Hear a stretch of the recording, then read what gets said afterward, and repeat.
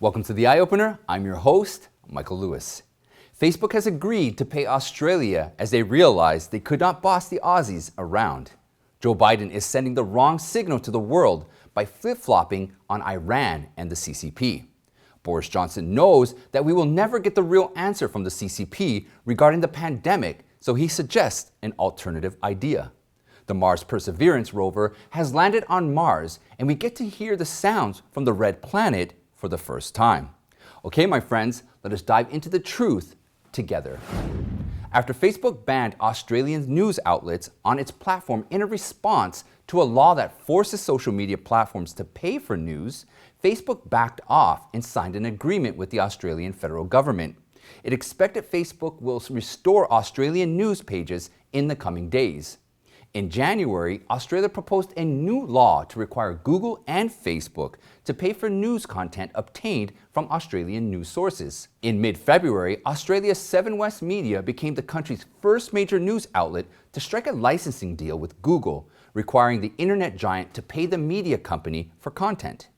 However, on the same day, Facebook announced that it will no longer allow Australian publishers and users to view or share news content on the platform in response to the proposed new law. But this action caused Facebook more troubles. We have talked about this in 2 past episodes, so if you want to dive deeper into this, I will put a link in the description down below for you. More countries started to stand up to the social media giant. We all need to realize Facebook needs us. We don't need Facebook. This Tuesday, February 23rd, the Australian Treasurer Josh Frydenberg and Facebook CEO Mark Zuckerberg had reached an agreement on amendments to proposed legislation to make Facebook pay for Australian news. Josh Frydenberg described his conversation with Mark Zuckerberg as constructive. He said they want Google and Facebook to stay in Australia, but at the same time, they need to comply with the laws made by the elected government. Last week, Australian Prime Minister Scott Morrison slammed Facebook for its decision to cut off news to Australia. He said they were as arrogant as they were disappointing. Morrison said this type of behavior had only confirmed the growing concerns over big tech companies and asked Facebook to work with the Australian government, as Google demonstrated recently. Treasurer Frydenberg later said at a press conference last Thursday that he had been given no warning of Facebook's decision of the ban and said what Facebook did would damage its reputation in the country. The negotiation with Facebook turned out to be a success for Australia. Australia has shown the world an example how limiting the tech giant's power. The Morrison administration's strong stance towards Facebook has won him people's hearts. A news poll results released this Monday shows Scott Morrison has surged to his highest approval rating of 61% since becoming the Prime Minister, leaving the leader from the Party of Opposition, Anthony Albanese, far behind with a rate of 26%. While Morrison's administration has gained popularity for showing courage, Biden's administration is sending the opposite signal to the world with their flip-flop position on Iran. In the first week of February, Biden had a firm stand against Iran, saying that the U.S. will not lift sanctions and not renegotiate the Iranian nuclear deal. A few days later, on February 15th, 3 rocket bombs struck areas between a U.S. troop base and an airport in North Iraq. 3 days later, Biden changed his mind, evoked a host of sanctions against Iran, and returned to the nuclear negotiations. The rocket bomb attack on February 15th has killed 1 and wounded 5 civilian contractors and at least 1 U.S. service member. On February 18th, a State Department spokesperson said the United States accepted the European Union's invitation to attend the P5+1 on the Iranian nuclear issue. The 6 countries are the U.S., UK, France, China, Russia, and Germany. The talk aims to return to the 2015 nuclear deal, where Obama gave Iran $1.7 billion. Donald Trump pulled the U.S. out of the Joint Comprehension Plan of Action, JCPOA, in 2018, by which Iran accepted strict constraints on its nuclear program in return for sanctions reliefs. Now, the State Department spokesperson Ned Price said the U.S. would rediscuss the JCPOA, and Biden has already sent a letter to the UN Security Council saying the United States hereby withdraws the sanctioned documents that the Trump administration submitted in September. The Trump administration had also mandated that all Iranian diplomats could only enter and exit the UN headquarters in New York and several nearby streets, and also specified a round-trip route for Iranian diplomats from JFK Airport to New York. Now, the Biden administration has announced a relaxation of restrictions on Iranian diplomats, allowing them to move freely in and around New York. Biden is sending the world a wrong signal, so the enemy can fire a couple of bombs towards the U.S. base and face no consequences? Former Secretary of State Mike Pompeo slammed the Biden administration's regression of going back to the nuclear talks on Thursday, February 18th. He said the American people can't afford to go back to those policies. Reverting back to the Obama-style approach to the nuclear threat is detrimental to our country. Pompeo commented that we know under President Obama they coddled the Iranian regime. They signed up for a deal that presented a pathway, a clear pathway to a nuclear weapon. When the Iranians will sense that that's the deal, they can strike. They'll continue to inflict cost on the American people. Pompeo described the Obama negotiated agreement with Iran as a crappy deal that gave Iran the impression that they could push the President of the United States around. In contrast, the Trump administration had put the Iran regime under great pressure with sanctions and brokered multiple countries in the Middle East, including United Arab Emirates and Bahrain, to recognize Israel and do business together. Representative Michael McCaul, the top Republican on the House of Foreign Affairs Committee, also criticized Biden's decision, saying, "It is concerning the Biden administration is already making concessions in an apparent attempt to re-enter the flawed Iran deal." The return to the nuclear negotiations with Iran is not the only wrong signal the Biden administration is sending to the world. Previously, the Biden administration said it wanted to continue former President Trump's tough stance on the CCP regarding issues such as trade, intellectual property theft, and market access. However, Biden appears to believe that climate change could be a standalone issue of negotiation. On February 19th, the United States officially returned to the Paris Climate Agreement and will work with Beijing to reduce emissions. Danny Ray Brulette, who was the United States Secretary of Energy under the Trump administration, pointed out on the 21st that the Chinese regime does not intend to fulfill the cooperation, but instead is, quoted, going to play with them. Some critics say that if the CCP is sincere about keeping its promises, it should have committed to reducing emissions over the decade, rather than reduce coal consumption just to maintain emission levels. Brulette pointed out that even though the Beijing regime has never set a quantitative goal, Biden's administration still has illusions about them. He said if they can get relief on trade side and make some cockamamie commitments to 2060, they will do it. Brulette also criticized Biden's executive action on energy, specifically Biden's halt on oil and gas leasing on federal land and waters. He noted that the lost production will be made up elsewhere, which means global emissions won't drop much. Putting aside the millions of Americans' jobs lost, the return to the Paris Climate Agreement has been a complete failure in terms of energy and climate alone. In contrast to Biden's weakness and ambiguity on the issues of human rights, British Prime Minister Boris Johnson is acting tough against the CCP's brutality and wants the UK to defend their values and interests with actions.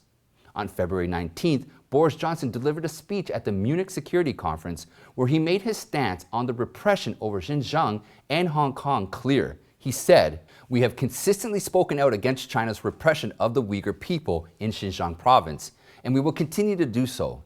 We have introduced new measures to ensure that the supply chains of UK companies are not tainted by the violations in Xinjiang. After China broke a treaty and imposed a repressive national security law on Hong Kong, the UK offered nearly 3 million of the territory's people a route to British citizenship. We acted quickly and willingly, with cross-party support at home to keep faith with the people of Hong Kong. Now that we have left the EU, Parliament has greater say over foreign policy, and this has only reinforced our national determination to be a force for good in the world." At the conference, Johnson also announced the plans to bolster Britain's armed forces with the biggest defense budget increase since the Cold War. Over the next 4 years, Britain's defense spending will increase to the second largest in NATO after the US. Recently, the WHO experts slowly revealed that the Chinese government has refused to provide the WHO expert panel with early patient and outbreak data from Wuhan, and the two sides have had several heated arguments.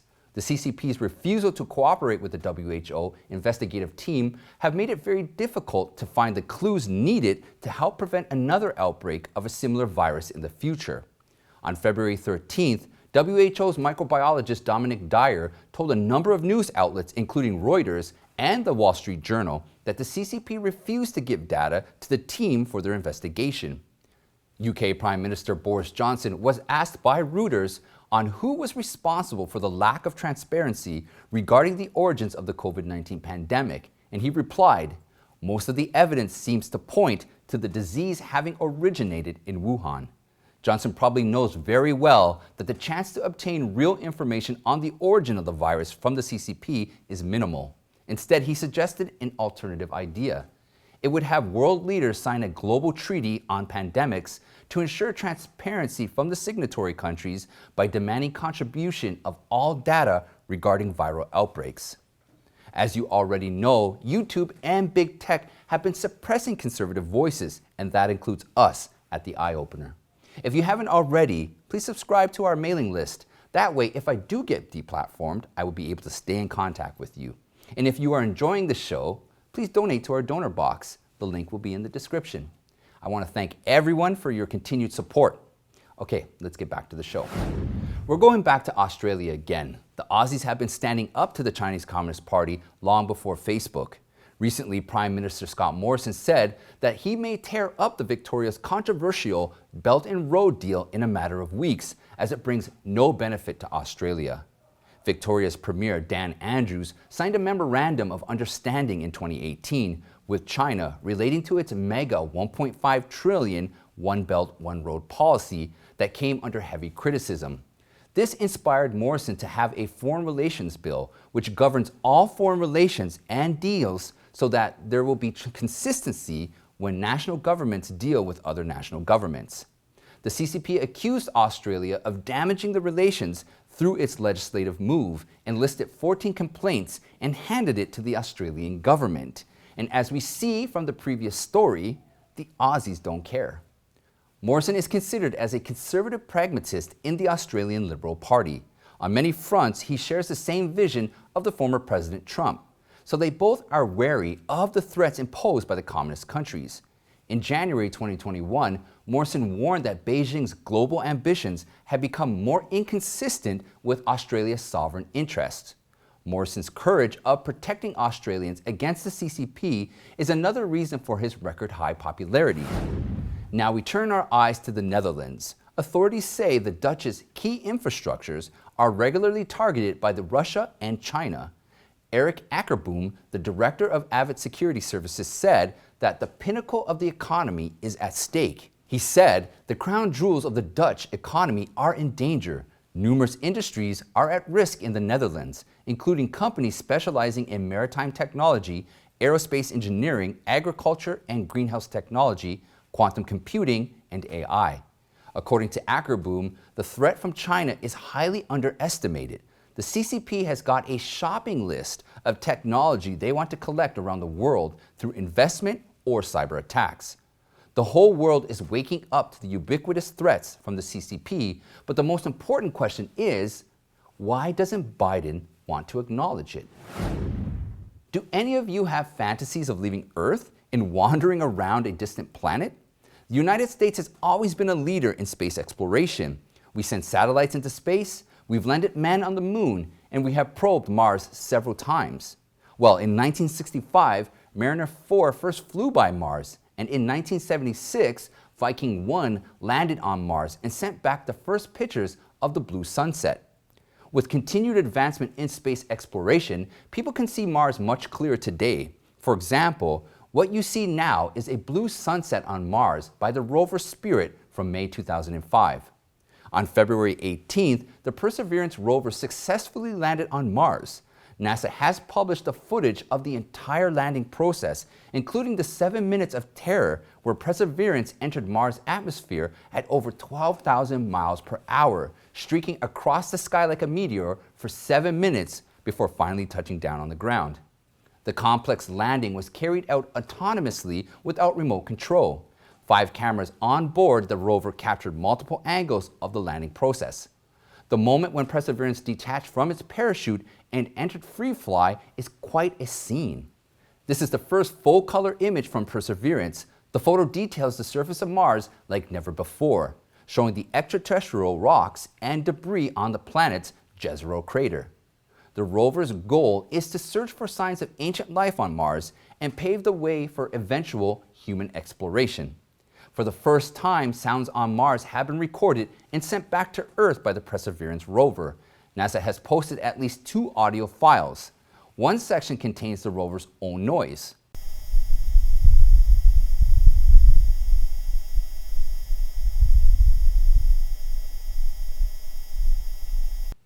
Another file had the rover's own noise filtered out. What you hear is probably only the wind blowing on Mars.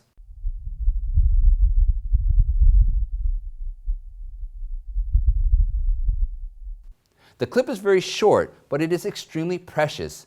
This is the first sound from the surface of Mars after 293 million miles traveled by NASA's rover, a trip that took 7 months. Humans are forever curious about the universe. Technology tycoon Elon Musk has put his curiosity into action. His company SpaceX has a great ambition to send men to Mars. On December 1st, 2020, Elon Musk announced that men should be able to go to Mars in 4 to 6 years. He also said that he wanted to send an uncrewed vehicle there in 2 years. Musk wishes he could be buried on Mars one day. His reason is simple, because Mars is cool. Musk is pretty cool too. Yesterday, the Washington Post published an article criticizing Musk, saying that he is distracted from running the Tesla business due to his many other tasks. The Post reached out to him for comments before publishing the story, but Musk only replied with a single sentence, which was, "Give my regards to your puppet master." Well, we think that's pretty cool. And that is it for today, my friends. Please like and share, and if you haven't yet, please subscribe. Check out this playlist right here for more eye-opening content. You can also follow me on Gab, Parler, and Telegram. Okay, my friends, I will see you next time.